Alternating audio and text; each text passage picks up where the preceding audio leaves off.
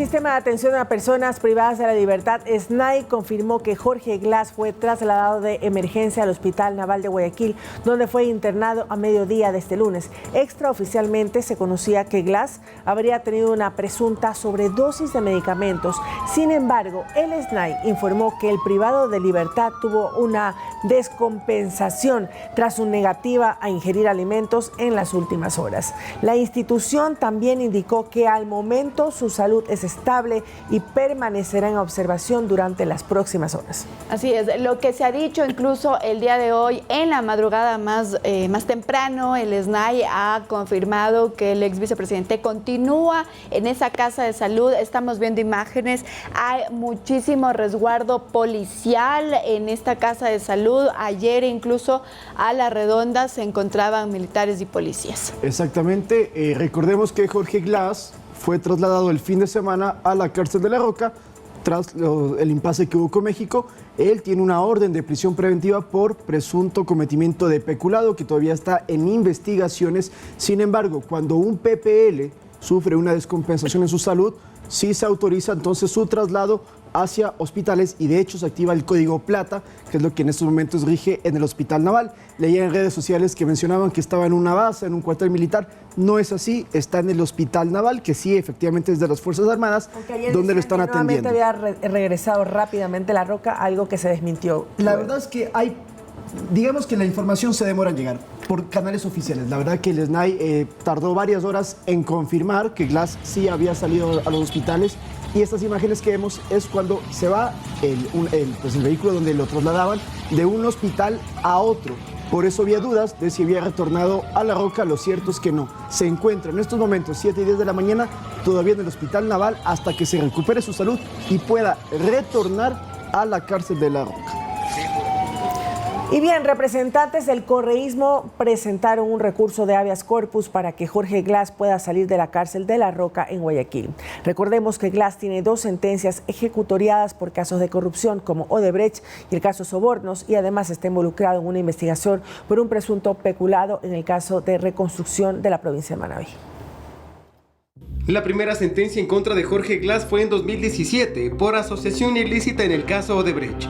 La justicia concluyó que la constructora brasileña pagó $33.5 millones en coimas para la adjudicación de contratos, y en audios de conversaciones entre el entonces contralor Carlos Pollid y el representante de Odebrecht, José Consensuao Santos, se menciona a Jorge Glas. Según la justicia, Glas recibió $14 millones a través de su tío Ricardo Rivera. Por este caso, Glas fue sentenciado a 6 años de cárcel, que los cumplió en la penitenciaría de Cotopaxi. En 2020 tuvo su segunda sentencia de 8 años de prisión por cohecho en el caso Sobornos. Aquí se habrían obtenido aportes económicos irregulares para financiar campañas electorales de Alianza País durante los últimos 4 años del gobierno de Correa a cambio de otorgar contratos estatales. Junto a Glas también están sentenciados el expresidente Rafael Correa, Alexis Mera, entre otros. Sin embargo, en noviembre del 2022 fue beneficiado con una boleta de excarcelación y salió de la cárcel. A finales del 2023, la Fiscalía abrió una indagación por el presunto delito de peculado en el caso Reconstrucción de Manabí, donde se investiga una supuesta malversación de fondos públicos para la reconstrucción de una de las provincias más afectadas tras el terremoto del 2016. Pero en medio de esta investigación, Glas se refugió en la Embajada de México el 17 de diciembre del 2023, mientras sus abogados tramitaban un pedido de prelibertad. Un día después, el 18 de diciembre, la justicia le negó dicho pedido, por lo que Glas debía volver a prisión para cumplir el resto de su sentencia. Tras su captura en la Embajada de México en Quito, Glas fue trasladado a la cárcel de La Roca en Guayaquil. Sin embargo, la bancada correísta presentó un pedido de habeas corpus en la Corte Nacional de Justicia. Ellos piden que se declare la ilegalidad de su detención y que se le permita ir a una sede diplomática. Edison Saavedra, Noticias 7. Y mediante una carta publicada en su cuenta de X, el presidente Daniel Noboa se refirió a los sucesos de los últimos días y explicó que la irrupción a la Embajada Mexicana en Ecuador se debió a las violaciones del Acuerdo de Caracas, la Convención de Montevideo y la de Viena, así como un riesgo inminente de fuga del ex vicepresidente Jorge Glas, lo cual habría sido, dice el comunicado, considerado como una burla. Además de la misiva, tachó de caducos a los políticos que solicitan una declaratoria de guerra por por parte de México y sanciones económicas, y calificó como traición a la patria. En su carta también señala que la justicia no se negocia y que el Ecuador nunca protegerá a criminales. A propósito de este tema, horas antes también se pronunció durante un evento público. Escuchemos. El gobierno también tiene una utopía, que debe ser una realidad, y es un Ecuador sin impunidad, que todo delincuente sentenciado cumpla su pena en la cárcel, cueste lo que cueste. Gracias a nuestras Fuerzas Armadas y a la Policía Nacional no hemos descansado en el combate al crimen y al narcoterrorismo. La dignidad y la justicia viene antes que cualquier cosa. Ese narcoterrorismo que ha querido agrietar a nuestra sociedad, ha querido romperla, dividirla. Por eso contaminó la justicia y algunos políticos delincuentes. Aquí estamos para enfrentarlos, para decirles que reforzaremos nuestras leyes para que las fuerzas del orden, las fuerzas que nos cuidan, tengan garantías. Necesitamos de su apoyo en la próxima consulta.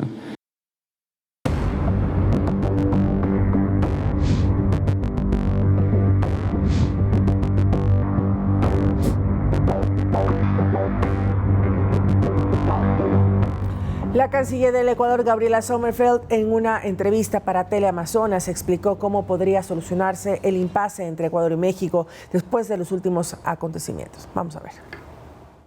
El Ecuador tiene que seguir adelante, pero primero se tiene que hacer respetar la soberanía, nuestra democracia y la dignidad del país. Así fue como este lunes la canciller Gabriela Sommerfeld ratificó sus declaraciones respecto de lo ocurrido el pasado fin de semana, cuando el Ecuador irrumpió en la Embajada de México para capturar al ex vicepresidente Jorge Glass. No puede haber interferencia de terceros países que amigablemente están siendo recibidos en nuestro país y meterse no solo a través del sistema a interferir en el sistema de justicia, sino también con comentarios a deslegitimar las elecciones libres, democráticas, transparentes y dolorosas que tuvo el Ecuador meses atrás. De su lado, la Embajada Mexicana, luego de romper relaciones diplomáticas con el país y tras la llegada de su cuerpo diplomático, informó que acudirían a la Corte Internacional de Justicia, en donde presentarán el caso. Y por supuesto iremos a todos los foros multilaterales, regionales, internacionales que correspondan para que realmente esto, en verdad, primero que nada, se condene por toda la comunidad internacional. Y explican su postura. Nosotros, de acuerdo a la Convención de Viena, nos sentimos francamente ultrajados porque fue violada flagrantemente la inmunidad de la embajada y del personal diplomático. La ministra de Relaciones Exteriores, por su parte, recordó las acciones que el gobierno nacional emprendió antes de irrumpir en la embajada. Como canal diplomático hicimos llegar toda la documentación que demostraba a través de la Corte de Justicia, que demostraba cuál era la situación del entonces huésped llamaban y después solicitante de asilo, para que no se proceda porque no correspondía. No hubo una respuesta positiva. En realidad, las respuestas eran que están analizando el caso, que están analizando, pero no correspondía. La canciller ecuatoriana aseguró que el conflicto debe solucionarse en una mesa y que el Ecuador está abierto a fortalecer las relaciones internacionales. Poniendo en la mesa lo que México ha faltado, lo que el Ecuador ha faltado, con la verdad, entendiendo que ambos países fueron afectados por incumplimientos, pero Ecuador recibió una provocación. Andrea Orbe, Noticias 7. Muy bien, y de parte de México ya se ha anunciado que se tiene preparado y listo el documento que presentarán a la Corte Internacional de Justicia, esto para interponer esta denuncia en contra del Ecuador. Pero, ¿qué es lo que podría ocurrir según analistas de expertos internacionales? La Corte Internacional de Justicia podría sancionar al Ecuador con una multa económica o también con con una acción de alejar a nuestro país de decisiones en organismos como la OEA. No es la primera vez que el Ecuador podría estar también inmerso en algún acontecimiento dentro de la Corte Internacional de Justicia. Recordemos cuando ocurrió lo de Angostura en 2008, el Ecuador interpuso una demanda en contra de Colombia. esto en el 2008, y en el 2013, es decir, se demoró varios años, se desistió de la demanda porque entre ese lapso Ecuador acordó entonces con Colombia o tuvo un acuerdo con Colombia. Es decir, que esta denuncia que podría poner México podría demorar muchos años o incluso en ese periodo se podría desistir de la misma. Porque además, recordemos que México tiene elecciones en los próximos meses y esto es un tema político. Y si llegase, sea en el nuevo mandatario mexicano o a futuro en unos años, sea alguien que puede mediar con el Ecuador y, como dices tú, podría desistir. Lo cierto es que también ayer se reunió la canciller Gabriela Sommerfeld con una serie de embajadores aquí en el país. No han revelado todavía la lista completa de quiénes fueron, pero se encontraron y se reunieron en la Cancillería para conversar justamente de temas de coyuntura y buscar entonces el respaldo internacional que, recordemos, la comunidad extranjera pues sí ha condenado la irrupción a la embajada mexicana, pese a que el Ecuador insiste en que México incumplió el acuerdo de Caracas, que era darle asilo político a un sentenciado por corrupción. O sea, es decir, Ecuador haciendo su campaña también frente a la diplomacia en Ecuador. Así es. Así es, y el día de ayer se informó de parte de la Cancillería que había una reestructuración dentro del Ministerio de Relaciones Exteriores. Lo que se informó es que hubo un cambio de la viceministra de Relaciones Exteriores, ella es Isabel Albornoz. Lo que ha dicho o lo que se ha dicho oficialmente es que había ya previamente una reestructuración. Y en la cuenta de X entonces se informó y se agradeció el trabajo de la viceministra. 7:20, y la relación comercial de Ecuador y México no se ha roto. Esto lo dijo la ministra de Producción y Comercio Exterior, Sonsoles García, en el espacio de entrevistas de Noticias 7. Las inversiones entre privados también continuarían. Vamos a ver. El Ecuador importa desde México más productos de los que se exportan. A esto se lo denomina balanza comercial negativa. En el año 2023 hubo importaciones por 704 millones y exportaciones por 204 millones. Es decir, que la balanza comercial para Ecuador es negativa 500 millones. México no está entre nuestros principales socios comerciales de la región, donde sí se encuentran Perú, Colombia o Estados Unidos. Lo que nosotros les enviamos son enlatados de atún y cuero, mientras que de ellos recibimos vehículos y medicinas de las farmacéuticas grandes que tienen su hub para Latinoamérica en México, que seguramente si es que llegase a haber un impasse que nosotros no creemos que vaya a pasar, podrían distribuirnos desde otras sucursales de la región. Es decir, económicamente no habría mayores afectaciones para el Ecuador en el caso de una ruptura comercial con México, una posibilidad que ya fue descartada por la ministra de Producción, Sonsoles García, tras el impasse diplomático. No hemos tenido ninguna comunicación oficial por parte del gobierno mexicano en terminar relaciones comerciales con Ecuador. Según la funcionaria de Estado, hace unos días conoció del interés de inversionistas mexicanos en crear zonas francas en la provincia de Esmeraldas. Agregó que esto tampoco tendría por qué suspenderse. Creo que la decisión del privado va más allá de lo que pasa políticamente, sino de la estrategia que ellos tienen logística para poder conectar Sudamérica con Asia. La mala o nula relación diplomática entre dos países no incide en sus vínculos comerciales. Por eso la ministra García también descartó que la situación con México haga que tambaleen los acuerdos comerciales suscritos o en negociación con terceros. Y yo creo que no se puede castigar a la ciudadanía ecuatoriana, al productor ecuatoriano por un impasse político. Sin embargo, Ecuador no podrá ingresar al bloque regional llamado Alianza del Pacífico por falta de un TLC con México, porque meses atrás esa propia nación cerró las negociaciones. Lautaro Andrade Castro, Noticias 7. Y este miércoles la Asamblea retoma sus actividades luego del primer receso legislativo de este año y lo hará con un tema de coyuntura, la situación diplomática entre Ecuador y México. En ese sentido, 3 ministros de Estado han sido llamados a la Comisión de Fiscalización. El correísmo, por cierto, presentó solicitudes de juicio político a la canciller Gabriela Sommerfeld, a la ministra de Gobierno Mónica Palencia. Vamos a ver de qué se trata. La situación diplomática entre Ecuador y México será uno de los temas que la Asamblea trate una vez que termine el receso legislativo. Para este miércoles, la presidenta de la Comisión de Fiscalización, la asambleísta del correísmo Pamela Aguirre, convocó a esta mesa legislativa a la ministra de Gobierno y del Interior encargada, Mónica Palencia, a la canciller Gabriela Sommerfeld y al ministro de Defensa, Giancarlo Lofredo. Estas comparecencias se darán independientemente de las solicitudes de juicio político que la Revolución Ciudadana presentó en contra de la ministra de Relaciones Exteriores y de la ministra de Gobierno, Mónica Palencia. Leonardo Berresueta, asambleísta de la Revolución Ciudadana, en entrevista para el portal Ecuador en Directo, expuso las razones para el enjuiciamiento político de la ministra de Gobierno. Nada justifica dos temas. Uno, la violación a una sede diplomática, porque no se ha visto ni en las peores dictaduras aquello.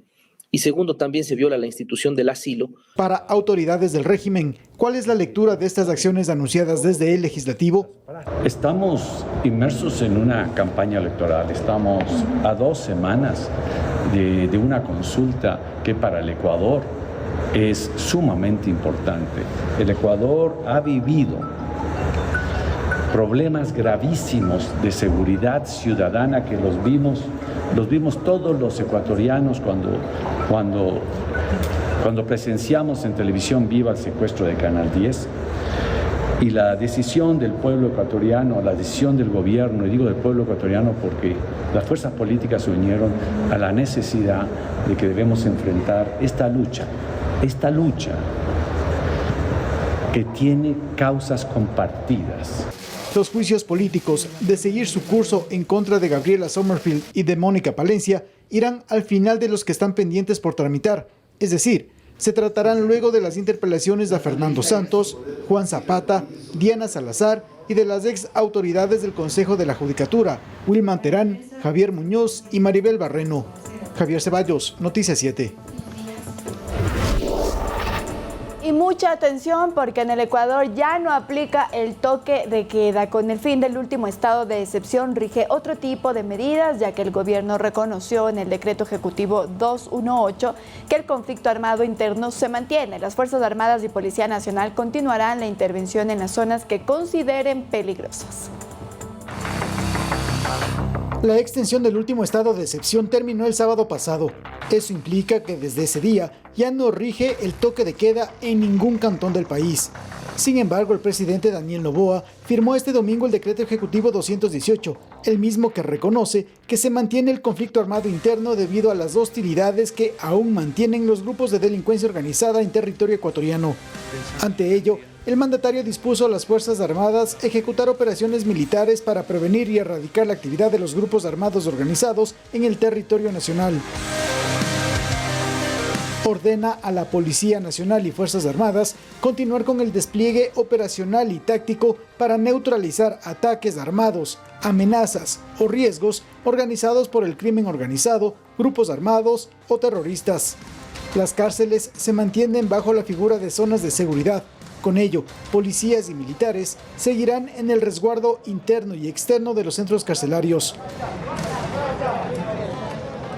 El decreto ejecutivo establece que los ministerios de Defensa y del Interior pueden solicitar al presidente Noboa la declaratoria de un nuevo estado de excepción en el caso de requerimiento de suspensión o limitación de derechos fundamentales. Además, puntualiza que el ente rector de Telecomunicaciones y Sociedad de la Información ejecutará el proceso que corresponda para cortar la señal y desactivar las telecomunicaciones o conectividad a Internet en los complejos penitenciarios de escala nacional, a excepción de los que sean autorizados por el SNAI. Javier Ceballos, Noticias 7. El excontralor general del Estado, Carlos Pollitt, será procesado en Estados Unidos por 3 delitos vinculados al lavado de activos en ese país. Todo está preparado para que el día de hoy comience el juicio que terminaría a finales de este mes. El excontralor Carlos Pollitt podría enfrentar una condena de privación de libertad hasta el final de sus días, si un jurado de Estados Unidos lo declara culpable por los 3 delitos que le imputan. En Miami, Florida, comenzará este martes el juicio por lavado de activos, conspiración para el lavado de activos y participación en transacciones con bienes derivados. Sumando todas las penas, dan 100 años, lo que se consideraría como cadena perpetua. Este lunes ya se definió a los 12 miembros del jurado, que en un lapso de 3 semanas escucharán de cerca el desarrollo del juicio para emitir un veredicto. La magistrada a cargo de la diligencia es Kathleen Williams, pero a diferencia de en el Ecuador, el juez no es el que determina las sentencias. El jurado está compuesto por 8 hombres y 4 mujeres, quienes firmaron extrema confidencialidad y tienen prohibido investigar sobre el caso de corrupción Odebrecht, del que Polit habría obtenido millonarios sobornos a cambio de dictámenes favorables para los contratos entre la empresa multinacional y el Estado ecuatoriano durante el gobierno de Rafael Correa. Dinero que luego habría ingresado a Estados Unidos para adquirir diversos bienes, según la acusación de la Fiscalía. Por ello está incluso previsto que 2 ex ejecutivos de la constructora brasileña participen como testigos, entre ellos José Conceição Santos, delator en el proceso penal efectuado en el país y que concluyó con 6 años de cárcel para Polit por asociación ilícita. Sin embargo, desde el 2017, el exfuncionario de Estado se encuentra prófugo de la justicia ecuatoriana y ahora será juzgado en su nuevo hogar de residencia, los Estados Unidos. Lautaro Andrade Castro, Noticias 7. Vamos a presentar más explicación sobre la pregunta de la consulta popular que tiene Mili Zambrano en estos momentos.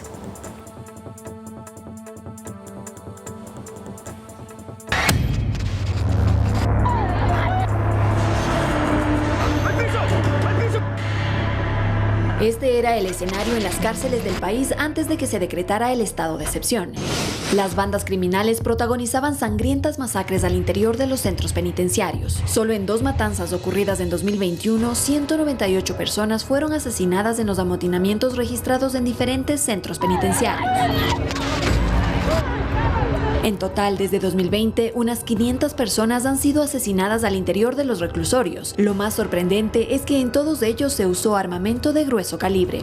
Pero ¿cómo ingresó esa artillería a las cárceles? La corrupción del sistema penitenciario y los débiles controles son la respuesta. Por ello, la pregunta 1 de la consulta popular dice: ¿está usted de acuerdo con que las Fuerzas Armadas realicen control de armas, municiones, explosivos y accesorios permanentemente en las rutas, caminos, vías y corredores autorizados para el ingreso a los centros de rehabilitación social?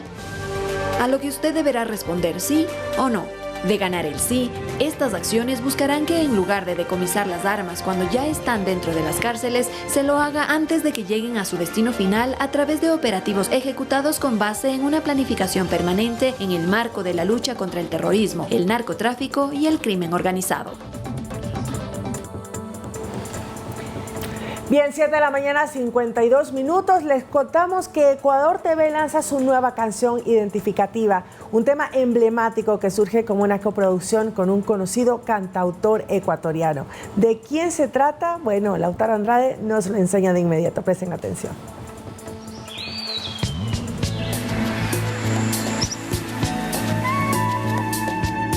Mucha atención con lo que vamos a ver y oír.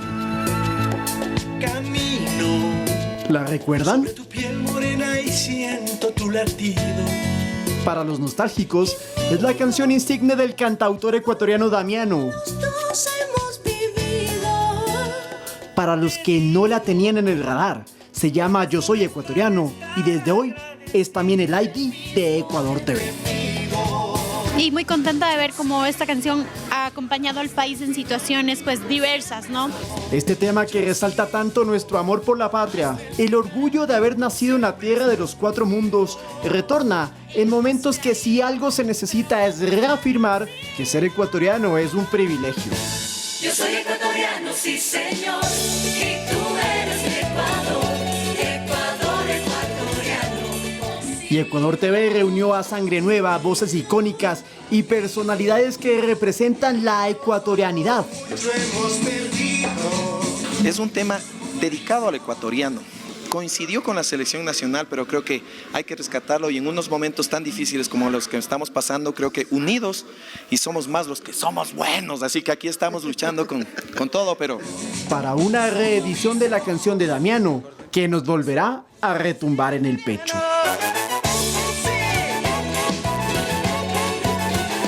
La programación de Ecuador TV y el dial de Pública FM estarán acompañados de esta coproducción. Que sea un incentivo para nuestra linda gente, porque eso es lo que damos los artistas, de alegría, música.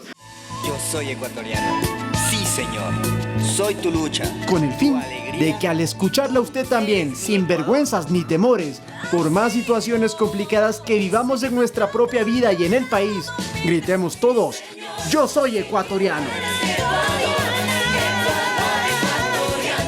Lautaro Andrade Castro, Noticias 7.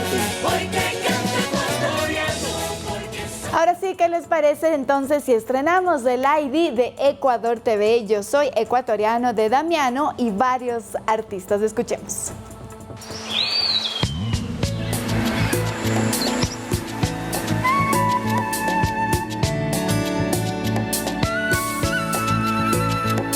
Camino sobre tu piel morena y siento tu latido. Y miro todo lo bueno que los dos hemos vivido. Te digo, solo hay razones para estar agradecidos. Es lo que somos y lo que siempre hemos sido. Amigos, porque ganamos cuando mucho hemos perdido. Somos lo mismo, porque peleamos contra el mismo enemigo. Yo sigo hasta el final y tú siempre estás conmigo. hemos caído, pero no nos han vencido. Yo soy ecuatoriano, sí señor, y tú eres mi Ecuador. Ecuador, ecuatoriano, con un solo corazón. Eres mi alma ecuatoriana, soy tu sangre y tu color. Somos dos enamorados, tú mi tierra, yo tu flor. Yo soy ecuatoriano.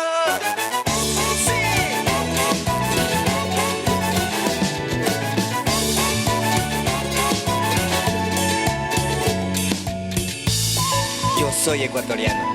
Sí, señor. Soy tu lucha, tu alegría y tú eres mi Ecuador. Ansío seguir forjando a tu lado mi destino. Tú conmigo, empujando nuestros sueños y delirios. País querido, siempre juntos, siempre alegres, siempre unidos. No hay espacio para el miedo ni el olvido, no. Yo soy ecuatoriano, sí señor, y tú eres mi Ecuador. Ecuador, ecuatoriano, piel de luna, piel de sol. Hoy te canto ecuatoriano, porque soy el Ecuador. Ecuador, ecuatoriano, tú mi vida, yo tu voz. Yo soy ecuatoriano. Qué increíble canción, descubriendo algunos talentos como uno de los integrantes de Busta Brothers, también nuevas generaciones incluidas en este ID que será pues de todos nosotros para sentirnos más ecuatorianos que nunca. Mili Zabrano con los deportes. Hola, hola compañeros, amigos, muy buenos días y con esta energía arrancamos porque sí, yo soy ecuatoriano y Neisy Dajomes también y nos ha dado una gran alegría. Para quienes no lo saben, pues bueno, la ecuatoriana logró clasificarse a los Juegos Olímpicos de París 2024. El último cupo que quedaba disponible, pues lo ganó esta madrugada, de hecho, en la división de 81 kilogramos. Cabe recalcar que Neisy Dajomes pues le arrebató el cupo, digamos que lo tenía asegurado hasta el momento Tamara Salazar, que con solo presentarse a esta competencia en Tailandia, pues ya estaba clasificada y decidió no competir. Escuchen bien, se presentó pero no compitió porque tenía 266 kilogramos levantados en total y con eso ya clasificaba. Sin embargo, no contaba con que Neisy Dajomes iba a levantar 269 kilogramos y con eso entonces le arrebató el cupo a los Juegos Olímpicos. Además de eso, ganó oro en arranque y también oro en el total, además de bronce en envión. Felicidades por a Neisy Dajomes y a todos los ecuatorianos que pues la siguen.